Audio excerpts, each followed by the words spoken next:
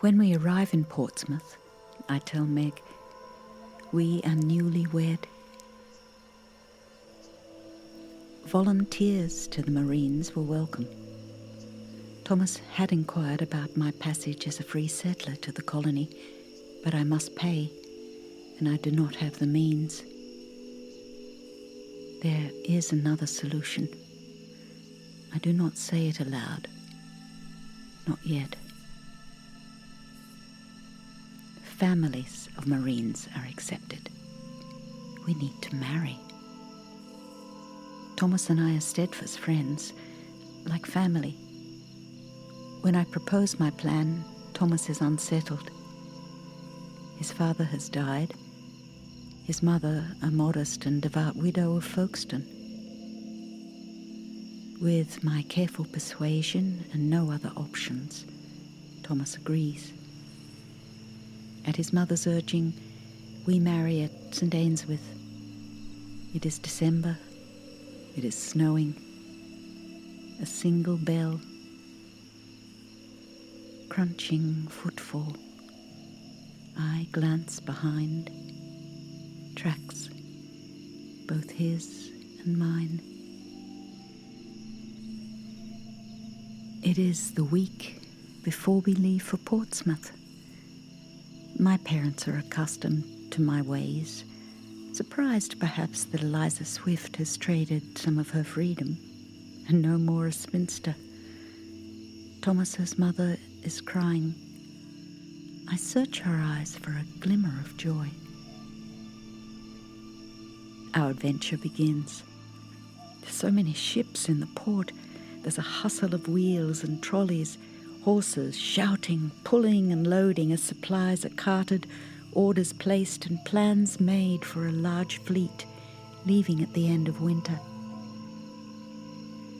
Second Lieutenant Thomas Collins, my friend, my husband. He is assigned to the Office of Supply, counting and calculating, stores, dispatching, provisions, outfitting, requisitions, disbursement, distribution of cargo amongst the fleet. We all know a proportion of the cargo is human.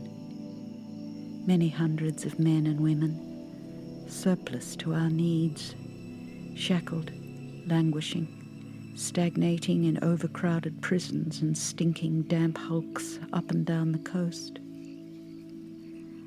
We arrive in Portsmouth early in the new year, full of such lightness.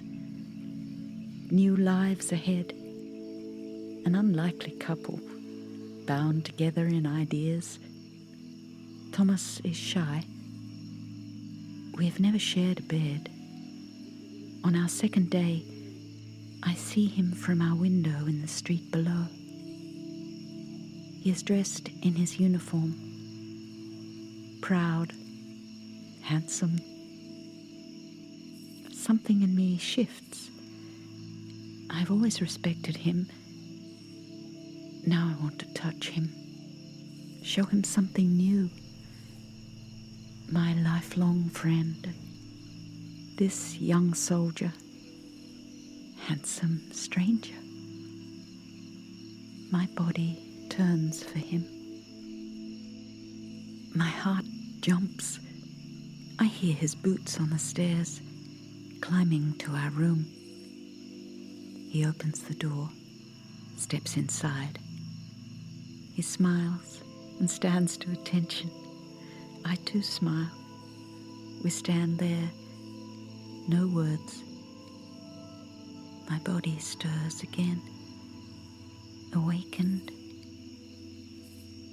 I slowly circle him, quite entranced. That night, we share a bed. It is a tender, innocent communion. Our bodies meld, my desire aflame. Over the ensuing weeks, we come to know each other, partners in new adventure.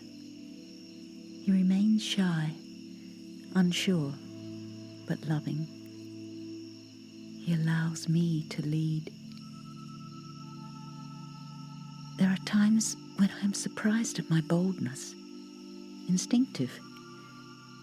I find joy in whispering my desire to him, words I have never used before, with him or with anyone. The potency of these words, these sounds, excites me.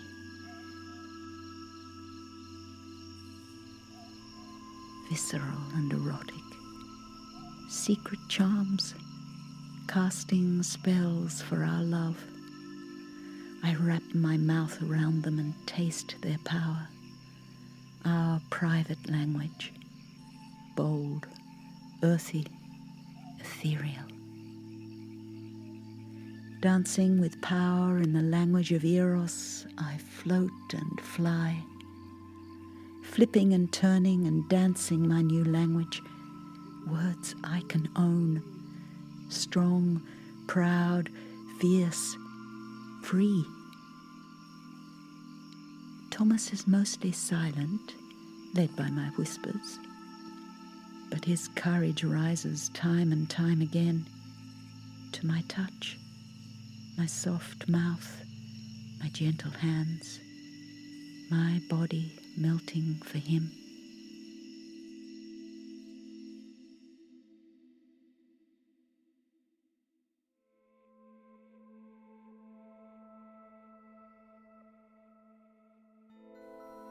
A simple yearning song of love and loss, a fiery anthem of war and reparation, locked, forbidden, secret, powerful. I delight in their unfolding revelation. I linger in the language of the gods. My sacred ichor flows rich and golden, seeping from my foundation at every word. My tongue, my lips, my hungry mouth unlocks a power. Licking, lapping, lingering, delicious, delightful, to the taste, to the ear. Whispered incantation for my lover, tasting every inch of your body. I roll the sounds rich and glorious into the darkness, from the depths of my pharynx to the tip of my tongue. Every sound, hard, soft, stopped, sibilant, plucked, plosive, potent, muscular, ripe articulation rolling from my depths, ancient, exotic, lyric combinations, color, our dreams. From the back of my tongue, through the laminal, apical, and out to the widening night. Quim, cue, nipple, nuzzle, nest, lap, lip, lick, lunge, linger, touch, twist, tease, tickle, silken stroke, sip, suckle, belly, breast, buttock, pinch, plunge, plump, pleasure, muscle, milk, melting, ichor essence, ecstasy, rapture, release, an explosion of white cockatoos bursts into the sky, their golden crowns aglow. I wake, raise my head from the table. There are hundreds of cards spilling to the floor.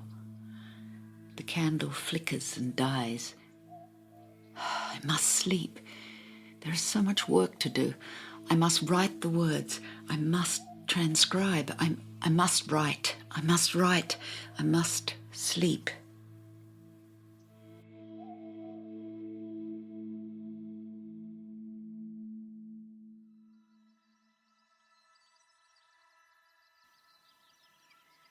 Meg and I sip sweet tea. I'm ready to unfold more of my story.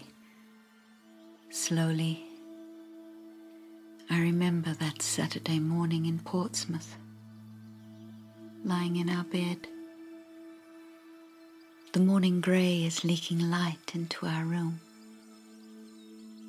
Wind makes rain beads tick quietly on the glass. Crystal lava, imperceptible flow, until it finds more of its kind, gathers and feels its way inexorably down to the sea to blur my view of the clouds. Are they folding gathered velvet, sliding aside for the sun?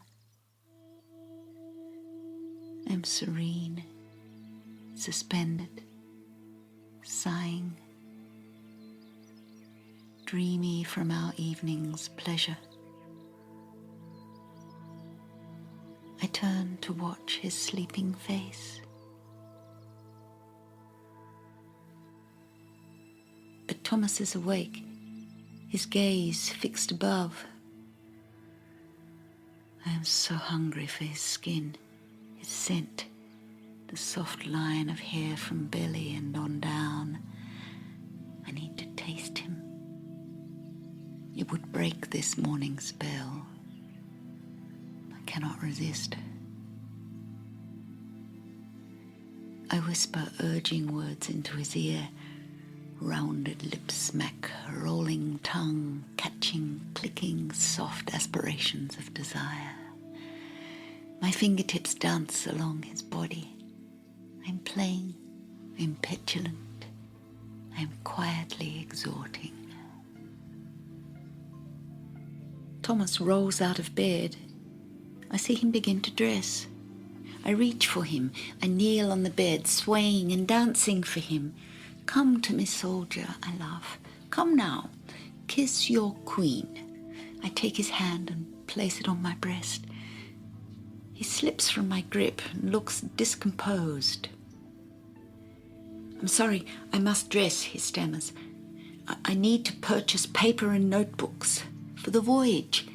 I need pens and ink, and his arms lift and fall, searching for another word and my rejoinder. His beautiful face, his eyes clouding with confusion.